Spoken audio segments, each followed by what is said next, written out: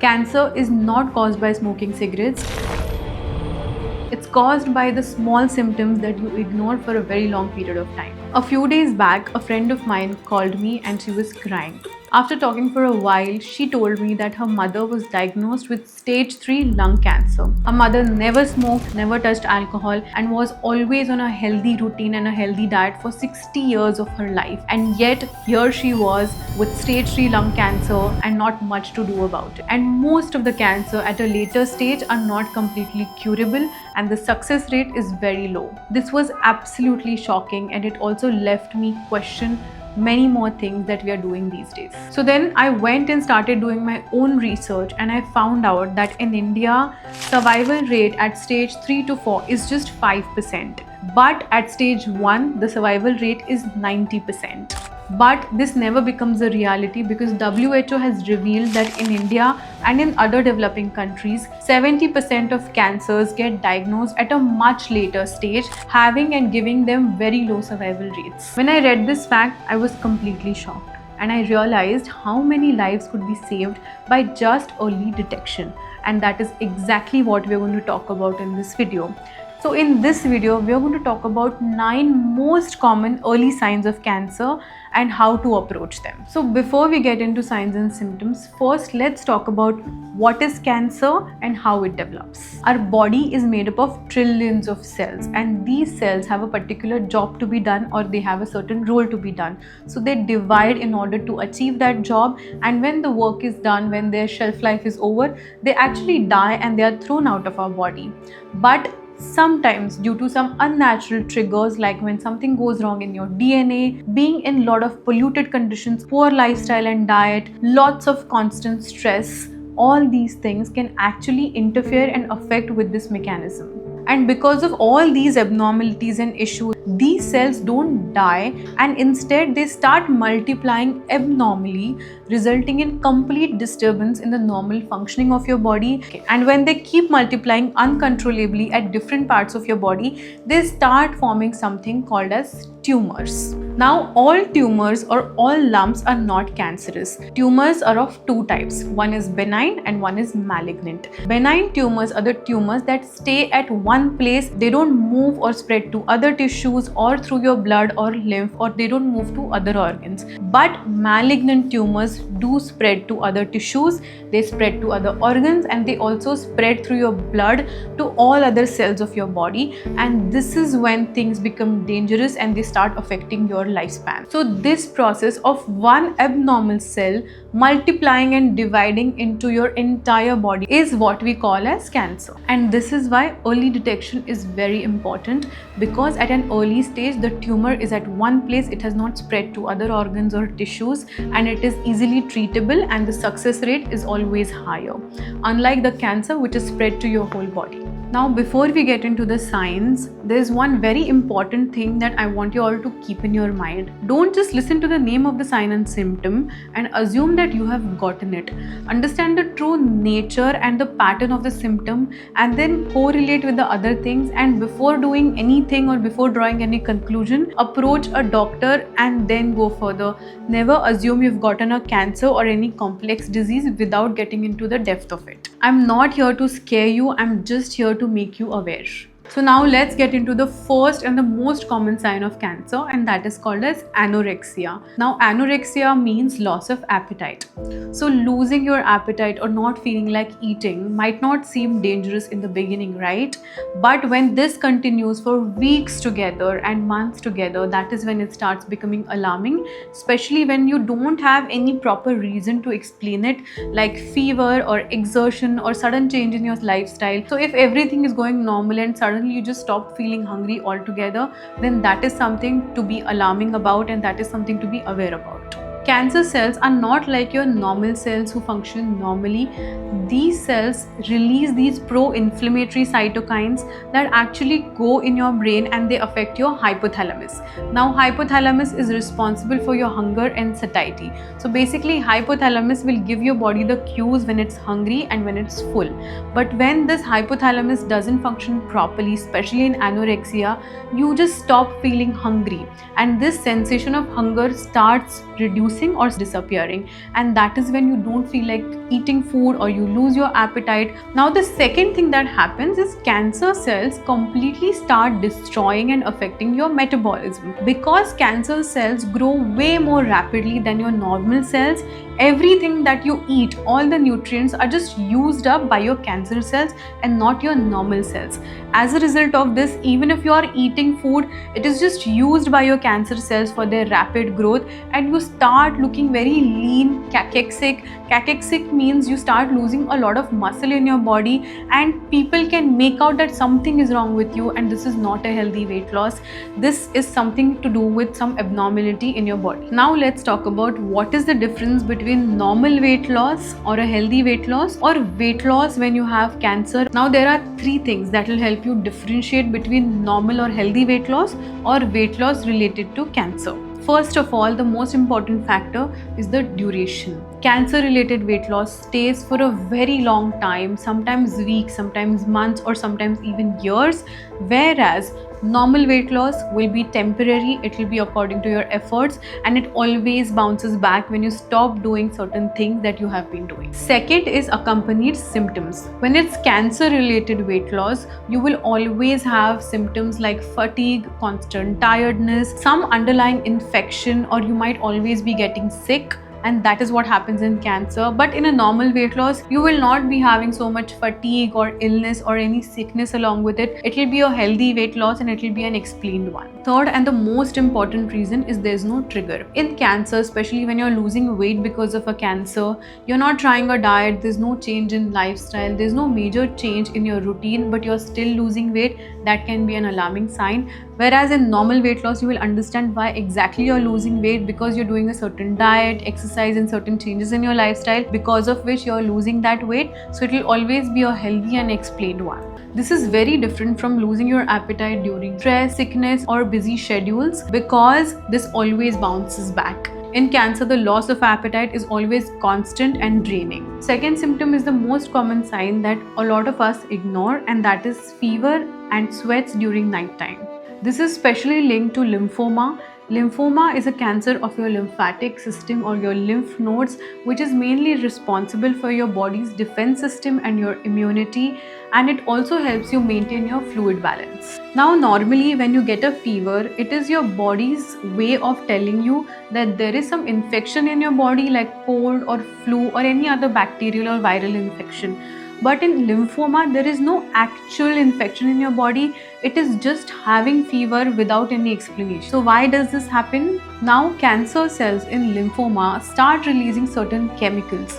These chemicals start affecting hypothalamus in your brain, which is the main controller of thermostat, that is your body's normal temperature. And this thermostat in hypothalamus gets affected, and you start developing these mild grade high fevers, especially in the evening times, which you're not able to understand the reason of it. And as a result of this, at night your body starts getting confused, and your hypothalamus is trying to get this temperature down, so you start sweating also unexplainably at night. Now comes the most important part. How do you know that this is not normal? Because unexplained fever can happen because of certain underlying things like infections or even hormonal changes like menopause. So first of all, in cancers, fevers don't have any specific reason. No sore throat, no cold, no viral infection, and no stomach bug. And this keeps on happening for weeks together. And most importantly, no medication can help much. It keeps happening in spite of taking the medications on time. And it is often accompanied by other signs and symptoms like fatigue, constant tiredness, weight loss, or a lump or a swelling in your neck or in your underarms, because most of your lymph nodes are present in your axilla or your underarms. So if you're feeling all these signs and symptoms, it is very important to reach out to a doctor, because early lymphoma, if detected on time, is completely curable and reversible. Now let's talk about the third form of cancer that you can actually visibly see with your eyes, and that is skin cancer. Skin changes, especially if you have a mole that changes in its size, shape or color suddenly or drastically, this can be an early sign of an cancer which is called as melanoma. And melanoma is a very serious form of skin cancer. Now let's get into the basics. Our skin cells grow, divide and die in a very controllable manner. So this mechanism gets disturbed or disrupted because of constant UV radiation or sunlight exposure, or even a lot of these tanning beds places. All these things start affecting the DNA, and this damaged DNA will start making the skin cells grow multiplyingly and start growing uncontrollably, and this actually starts affecting your melanocytes. Melanocytes are your skin cells, and when they start growing abnormally, you will see the moles on your skin start increasing in their size, their shape is different, their color is different. All these things are a sign that something is wrong with your DNA and your skin cells, and this could be a cancerous reason. To identify this, I always suggest following the ABCDE rule. Now, what is this rule? A means asymmetry. So one half of your mole will not be matching the other half of the mole, so it will look very asymmetric. B is border. There will be blurred or uneven borders instead of smooth and round ones. C is color. The color of the mole will start changing. It can change into brown, black, red, or even white sometimes. D is diameter. The moles will start looking bigger in size. Anything more than 6 mm is highly alarming and you need to get it checked. And E is constantly evolving. Guys, moles are not supposed to change very frequently in any of these parameters. So if you feel your moles are constantly changing and they are looking different, you need to go to a doctor and get it checked. One most important thing to remember is melanoma not just appears only on the sun exposed part of your body, it can appear anywhere. For example, it can show up on your nails, on the soles of your feet, or even inside of your mouth. So you can always keep a watch. If you find something abnormal, you can always reach out to a doctor. On number 4, we have something that I want you to pay close attention to, and that is cough. Now, coughs are very common, right? Everybody gets cough on and off. Now the seasons are changing, so everybody's coughing because of bacterial infection or any other infection. But colds are always associated with something else, that is infection, acid reflux, change in environment, change in exposure. But the key word and the most important thing here is persistent, long-lasting cough. When a cough lasts for more than 3 weeks, and especially if it's not improving or healing by antibiotics, steam, or any other medication, then it becomes a red flag, especially for lung cancer. Now here is why this happens. Cancer in the lungs usually starts from the inner lining of your airway, and these abnormal cells start interfering with the passage of air through this passage. Think of this as something that is blocking and irritating a straw that you're trying to breathe through. And when this blockage again and again starts irritating your skin, the body starts naturally reacting to this blockage or irritation by coughing again and again. Now the cancer related coughs are usually dry, that is without any mucus, are very harsh and deep sounding, and they do not easily go away no matter what medications you try. Another important thing why most people ignore these signs is because lung cancer doesn't always come with pain in early stages. But if the cough is also joined by fatigue, unexplained weight loss, hoarseness of voice, chest discomfort, it is most likely to be something very serious and you need to reach out to a doctor. Now here is how you can clear the confusion, because cough is such a common symptom. First of all, in normal cold or flu, the cough usually gets better within 7 to 10 days. In allergies, the cough might come and go according to seasonal variation. But in lung cancer, cough is constant and usually gets worse with time. It doesn't heal or it doesn't get better with any home remedies or medications, and it often comes with shortness of breath or tiredness even after doing light activity. And this is why early detection is very important, because lung cancer at stage 1 has a recovery rate for about 60%, whereas at stage 3 and 4 the recovery rate drops to 10%. So it is very, very important. If you're noticing any of these signs, you need to reach out to a doctor.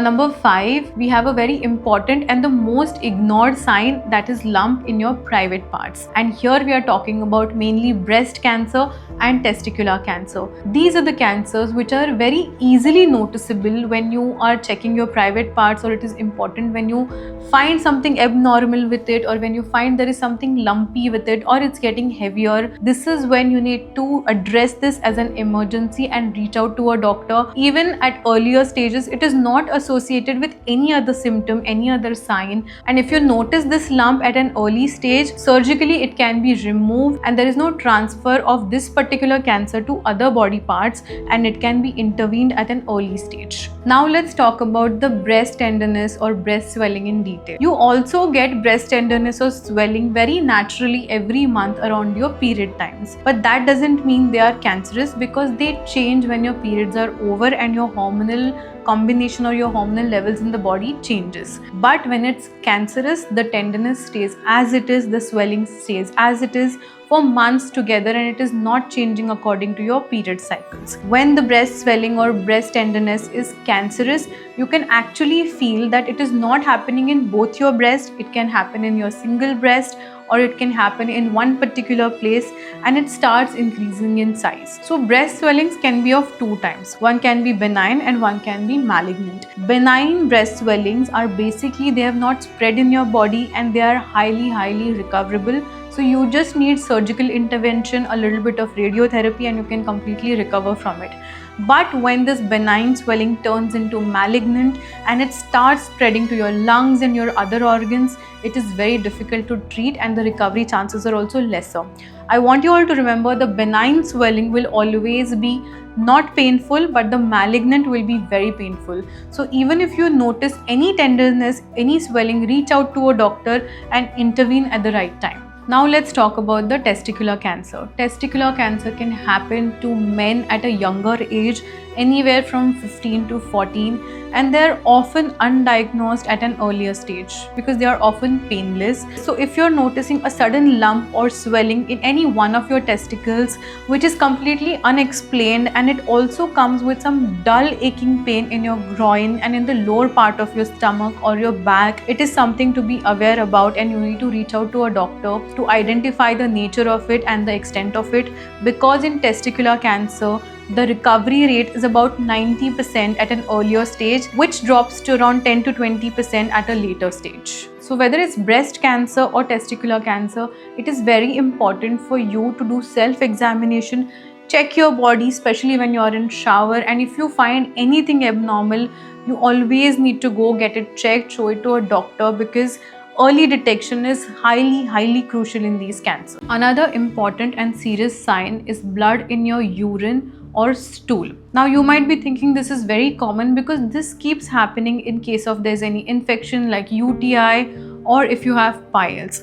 But if this is happening without any pain and if it's happening without any explained reason, this can be a serious issue. Firstly, let's talk about blood in urine. If you see pink, reddish or brownish color urine, that means blood is leaking from either your kidney, bladder or urethra. Sometimes this can happen because of urinary tract infections or kidney stones, but these are usually associated with fever, burning sensation, pain or constant tiredness. But when there is blood in urine without any pain, fever or discomfort, it is usually a sign of kidney or bladder cancer. Here is what happens in bladder cancer. The cells lining your bladder gets damaged because of excessive smoking, chemical exposure or certain infections. When these cells turn cancerous, they grow into a tumor, and when these tumors break into your blood vessels, they start causing blood in your urine.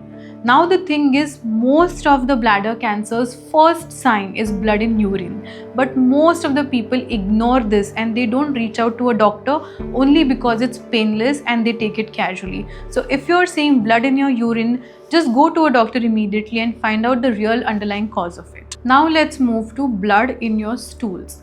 Now, blood in your stools is always considered as a common sign for piles or hemorrhoids, but there is a way to differentiate that. So in colon or rectal cancer, the blood that comes through your stool is usually very dark in color and it is profuse, whereas the blood that is seen in stool during piles or hemorrhoids, that is brighter in color, it's fresh, and the quantity is always more than what is seen in cancers. At the same time, when it's a colon or a rectal cancer, you also might notice mixed symptoms, like sometimes you will have constipation but other times you will have diarrhea, so it will be very confusing. Whereas in piles or hemorrhoids, you will always have constipation and that will result into the blood in the stool.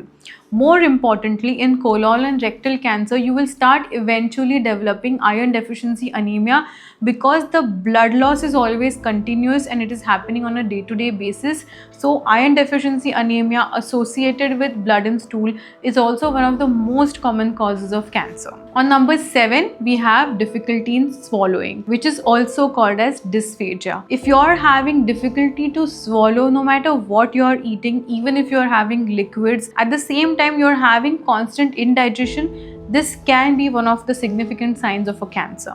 You might think that if something gets stuck, or if you're having constant heartburn, and if you're linking it to eating something spicy or stress, or if you have not slept well at night, but if these problems keep coming back or get worse with time, this might be an alarming sign and you need to look into it. Now let's talk about why this happens. Inside your mouth and your esophagus, there are muscles and tissues which actually help the food move down easily and smoothly.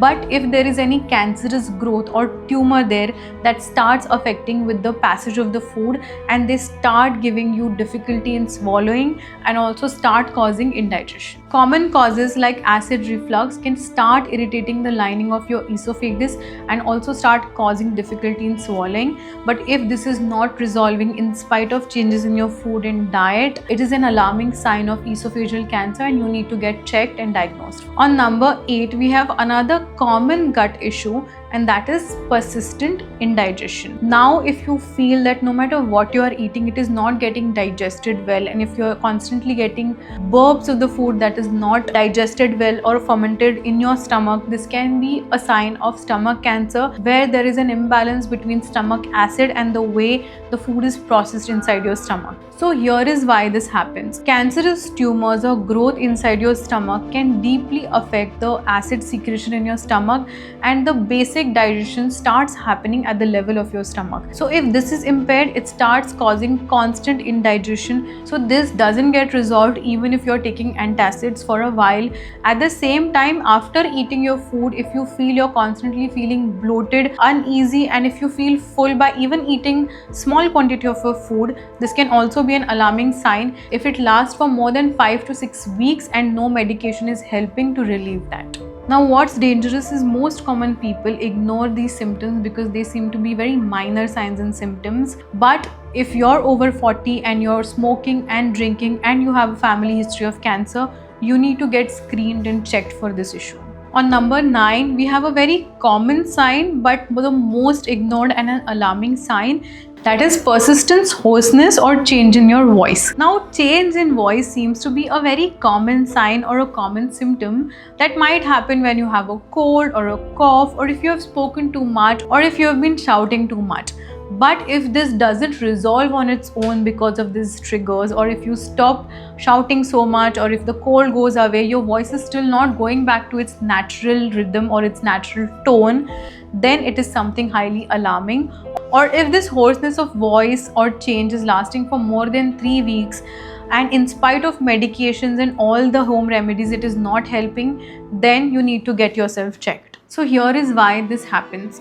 Your voice depends on your vocal cords. Your vocal cords are 2 small bands of muscles present in your larynx, which is your voice box. Now, when these vocal cords are damaged because of any infection or inflammation, it changes your voice. And this is why whenever you're having a common cold or cough, the voice can be changed temporarily, but it also resolves on its own.